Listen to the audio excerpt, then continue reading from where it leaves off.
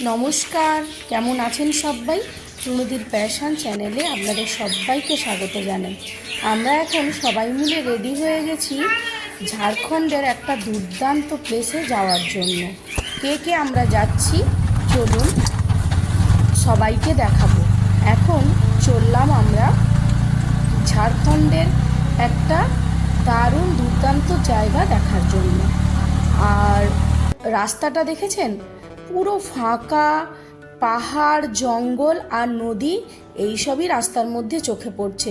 মানুষজন তেমনভাবে চোখেই পড়ছে না, কারণ এরিয়াটা পুরো ফাঁকা। ঝাড়খণ্ডে এমনিতেই সব দূরে দূরে, উড়িষ্যা, ঝাড়খণ্ড এইসব জায়গায় বাড়িঘরদর খুবই দূরে দূরে, জঙ্গল পাহাড় এইসবই বেশি। খুব মানে জমজমাট লোকেশান ছাড়া সেরকম বাড়িঘরদর দেখাই যায় না। আর আমরা আজকে যেখানে চললাম সেটা পাহাড়ের মধ্যে, মানে পাহাড়ের গুহার ভেতর অবস্থিত একটি মন্দিরে। এটা খুব নামকরা একটা শিবের মন্দির। তো সেই মন্দিরের নাম হলো শিবগাদি। শিবগাদি নিশ্চয়ই আপনারা সবাই শুনেছেন। পিঙ্কিদের বাড়ি পাকুড় স্টেশন থেকে নেমে হিরণপুর, আর হিরণপুর থেকে অটো করে প্রায় 1.5 ঘন্টা দূরে এই শিবগাদি। আমরা অটো আগে থেকেই বুক করে নিয়েছিল পিঙ্কি, আমরা সবাই মিলে সেই অটোতে করে চলে এলাম। আমি, শুভম, পিঙ্কির মেজো মামিমার বড় মেয়ে আর তার মেয়ে। তো আমরা এই কয়জন মিলে এসেছিলাম। শিবগাদিটা আমার অনেক দিন ধরেই দেখার ইচ্ছে ছিল। পিঙ্কির মুখে অনেক গল্প শুনেছি, তাই পিঙ্কিকে বললাম চলো একবার শিবগাদিটা আমাদের ঘুরিয়ে নিয়ে আসবে। তো সেই তোড়জোড় করেই পিঙ্কি অটো বুক করা, আমাদের ঘোরাতে নিয়ে যাওয়া সবই ঠিক করেছিল। আমাদের ওখানে নামিয়ে দিয়েছিল। তারপরে এই দেখুন আমরা চলে এলাম আই লাভ শিবগাদির ধাম। তারপরে আমরা পুজো দেওয়ার জন্য ডালা নিয়ে নিলাম। তো আমি সনতের নামেই পুজো দেব। শুনেছি বাড়ির বড়দের নামে পুজো দিলে, বাড়ির যিনি কর্তা তার নামে পুজো দিলে বাড়ির সবার নামে পুজো দেওয়া হয়ে যায়। আমি ওখানে কিছু টাকাও জমা করলাম গরিব দুস্থ মানুষের জন্য। যাই হোক, পিঙ্কির মামাতো বোন আর ওই পুচকুটাও কি সুন্দর পাহাড়ি সিঁড়ি দিয়ে হেঁটে হেঁটে আসছিল। এখানে প্রায় 150 খানা সিঁড়ি ভেঙে আমরা মন্দিরটায় পৌঁছালাম। ঢোকার মুখে দেখলেন কেমন ঝর্ণা পড়ছিল। আর এই যে মন্দিরের ভেতরটা পুরো গুহার মধ্যে মন্দিরটা। আর এখানে সব থেকে আশ্চর্যজনক, আমরা শিবলিঙ্গ দেখি মোটামুটি কালো কালারের, কিন্তু এখানে শিবলিঙ্গটা ছিল পুরো গোল্ডেন। আর এই যে মাথার উপরে যে গুহাটা, মানে যে পাহাড়টা, ঠিক বাবার মাথার সোজা একদম, আমি দেখাবো ওটা ভিডিওতে, বাবার মাথার ঠিক সোজা 7 গঙ্গার মিলন হয়ে টপ টপ করে সারা সময় নাকি জল পড়তে থাকে। এটা এখানকার একটি বিশেষ মাহাত্ম্য। যাই হোক, আমি, মাইমা, ওম, পিঙ্কি, শুভম সবাই মিলে বাবাকে পুজো করলাম আর বাবার মাথায় জল ঢাললাম। ওই যে ঝর্ণার জলটা পাহাড় থেকে বেয়ে আসছে, ওই জলটাই আমরা ঘটি করে নিয়ে সবাই একে একে ওইখানে বাবার মাথায় জল ঢাললাম আর খুব সুন্দর করে পুজো করলাম। এই যে দেখছেন, এই যে ঠিক ওমের মেয়ের মাথার ওপরের জায়গাটা, ওইখানে দেখুন পুরো ভেজা। আর আমি ভিডিওতে কতটা বোঝাতে পারছি জানি না, ওই জায়গা থেকে টপ টপ করে বাবার মাথায় জল পড়ছে। পিঙ্কির মুখে গল্প শুনলাম 7 গঙ্গার জল একসঙ্গে মিলিত হয়ে সারা বছর অল টাইম এই বাবার মাথায় জল পড়ে। বাবার মূর্তিটা দেখেছেন, এখানে পুরো দেখুন গোল্ডেন কালার। এটা একটা বিশেষ মাহাত্ম্য। তারপরে আশেপাশে আরও অনেক ঠাকুর রয়েছে। পিঙ্কি ওখানে পুজো দেওয়ার পরে তারপরে ধূপগুলো ধরিয়ে নিল। ধূপগুলো ধরিয়ে নেওয়ার পরে আমরা আরও যত, ওই দেখুন এই যে দেখাচ্ছি না, এই জায়গাটা দিয়ে কিন্তু ওই যে জল পড়ছে, ওই জায়গাটা দিয়ে ঠিক বাবার মাথায় জলটা পড়ছে। তো সবাই মিলে কত সুন্দর করে হলদি মাখিয়ে বেলপাতা দিয়ে সুন্দর করে বাবাকে পুজো করছিলেন। আর পিঙ্কি ওই ফাঁকে ধূপগুলো ধরিয়ে নিয়েছিল। তো ধূপগুলো ধরানোর পরে আমরা আরও যত ওখানে দেবদেবী রয়েছে সমস্ত দেবদেবীকে আমরা একে একে সবাই মিলে পুজো করলাম।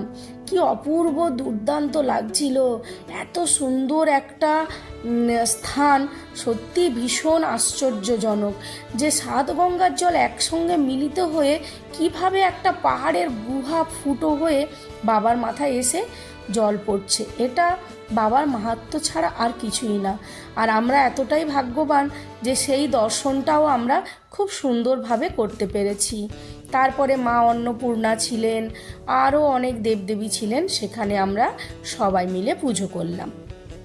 এরপরে পিঙ্কি বলল যে আরও 350 ধাপ, প্রায় 350-400 ধাপ সিঁড়ি বেয়ে আমাদের ওপরে উঠে ওই যে সাতগঙ্গা যেখানে থেকে বাবার মাথায় টপ টপ করে জল পড়ছে সেইটা আমরা কিন্তু দেখতে যাব। প্রথমে আমি একটু সাহস করতে পারছিলাম না, কি জানি উঠতে পারবো কি না। আর ওই যে সিঁড়িগুলো দিয়ে উঠছিলাম এতটাই পিছল ছিল, আর এত মানে জল, ওখানে ঝর্ণার জল ওই সিঁড়িগুলো দিয়ে আসছিল, ভীষণ ভয় লাগছিল, পড়ে গেলে একদম খাদে। তো পিঙ্কি বলল চলো কোনো ভয় নেই, ঠিক আমরা ধীরে ধীরে যাব। তো আমরা ভোর ওখানে চলে এসেছিলাম। মোটামুটি আমরা 5:30-6টার মধ্যেই বাড়ি থেকে বেরিয়ে পড়েছিলাম, আর এখানে খুব তাড়াতাড়ি পৌঁছে গেছিলাম। তারপরে পুজো করে ওই সাত গঙ্গাটা দেখার জন্য ওই সিঁড়ি বেয়ে ওপরে উঠছিলাম। তো দেখুন চারিধারে শুধু জঙ্গল, পাহাড়, আর এছাড়া কিছু নেই। আর সাইড দিয়ে একটু একটু করে ঝর্ণা পড়ছে, জঙ্গলের ভেতর দিয়ে তো, তাই ঝর্ণাটাকে খুব ভালো করে দেখাতে পারছি না। তো সাত গঙ্গার জল এই জায়গাটায় এসে মিলিত হয়েছে, সেই জলটাই আমরা এই 450 ধাপ সিঁড়ি বেয়ে দেখতে ওপরে উঠে এলাম। সবাই মিলে এই জলটা আমরা মাথায় ঠেকালাম, ঠেকিয়ে একটুক্ষণ বসে ওখানে রেস্ট করে তারপরে ধীরে ধীরে নামবো, কারণ কি সিঁড়িগুলো ছিল ভীষণ পিছল, প্রচুর লোক উঠে আসছিল, যেহেতু আমরা অনেক ভোর পৌঁছে গেছিলাম। তো সেই কারণে আমরা কিন্তু অনেক আগেই ওপরে চলে এসেছিলাম। আমরা হাঁপিয়ে পড়লে কি হবে, ওই যে পুচকিটা দেখছেন ওমের মেয়ে, ও কিন্তু একটু হাঁপায়নি। কি সুন্দর একটা একটা করে সিঁড়ি, প্রায় ধরুন টোটাল 550 সিঁড়ি বেয়ে আমরা উপরে উঠেছি, আবার 550 সিঁড়ি বেয়ে নিচে নেমেছি। এই এতগুলো সিঁড়ি ওই পুচকিটা মানে এলো ভেঙে, ওর কিন্তু এতটুকুও কষ্ট হয়নি, আমাদের কিন্তু খুব কষ্ট হয়েছিল। তবে আমি যতটা কষ্ট মনে করেছিলাম, বরং আমি ওদের থেকে আরও তাড়াতাড়ি উঠেছিলাম। তো এইবার আমরা চলে যাব একটু ব্রেকফাস্ট করার জন্য, কারণ সকাল থেকে তো আমরা এসে পুজো দিয়ে সাত গঙ্গা দেখে তারপরে বেশ জোরে আমাদের খিদে পেয়ে গেছিল। তো কাছাকাছি দেখলাম কচুরি, তরকারি, মুড়ি, চপ এইসবের দোকান রয়েছে। তো একটা বাঙালি দোকান পেয়ে গেছিলাম, সেই দোকানে ঢুকে বসলাম। তো সেখানে গিয়ে আমি খেলাম কচুরি, তরকারি, পিঙ্কিরা ছেলে চপ, মুড়ি, এইসব সবই কিন্তু ভেজ, পেঁয়াজ রসুন ছাড়া, কারণ পিঙ্কি তো পেঁয়াজ রসুন খায় না। তো সেই পেঁয়াজ রসুন ছাড়া সমস্ত ভেজ আমরা খেলাম। আমি বলছি পুচকিটাকে কিন্তু মিষ্টি দেওয়ার জন্য। খাওয়া দাওয়ার পরে আবার আমরা অটো ধরে চলে এলাম। দেখেছেন, বললাম না আপনাদের, পুরো জঙ্গল, পাহাড় আর পুরো ফাঁকা এরিয়া। শুধু সরকার থেকে কিছু কিছু গাছ লাগিয়েছে, মাঝে মাঝে একটা দুটো গরু ছাগল ছাড়া সেরকম আর কিন্তু কিছুই দেখতে পাচ্ছি না। তো খুব ভালো লাগলো এই স্থানটা আপনাদের সঙ্গে শেয়ার করে। নিশ্চয়ই আপনারাও খুবই জাগ্রত এই শিব ঠাকুর শুনেছি। যদি আপনাদের কখনো সময় হয়, আপনারা কলকাতা থেকে যে কোনো ট্রেন ধরে, যেগুলো হচ্ছে আপনার মালদা এগুলো যাচ্ছে, ওই ট্রেন ধরে পাকুড় স্টেশনে নামবেন। পাকুড় থেকে অটো বুক করে তারপরে আপনারা চলে আসবেন এই শিবগাদি। দিনেই ঘোরা হয়ে যায়। যদি আপনারা রাতের ট্রেন ধরেন তাহলে ভোরবেলা নেবে, ওখান থেকেই অটো বুক করে একদম চলে যাবেন শিবগাদি। ওখানে পুজো টুজো সব দিয়ে সাতগঙ্গার দর্শন করে তারপরে আবার নিচে এসে খাওয়া দাওয়া করে আবার এসে রাতে ট্রেন ধরে আপনারা কলকাতায় ফিরে আসতে পারবেন। তো ভিডিওটা কেমন লাগলো অবশ্যই জানাবেন। যদি খুব ভালো লেগে থাকে তাহলে একটি লাইক দেবেন, আর যদি আমার চ্যানেলে নতুন বন্ধু হয়ে থাকেন তাহলে প্লিজ প্লিজ প্লিজ বন্ধু চ্যানেলটা সাবস্ক্রাইব করবেন। চলুন বন্ধুরা, আজকের মতো বিদায় নিলাম। পরবর্তী ভিডিও নিয়ে আবার আমি হাজির হব।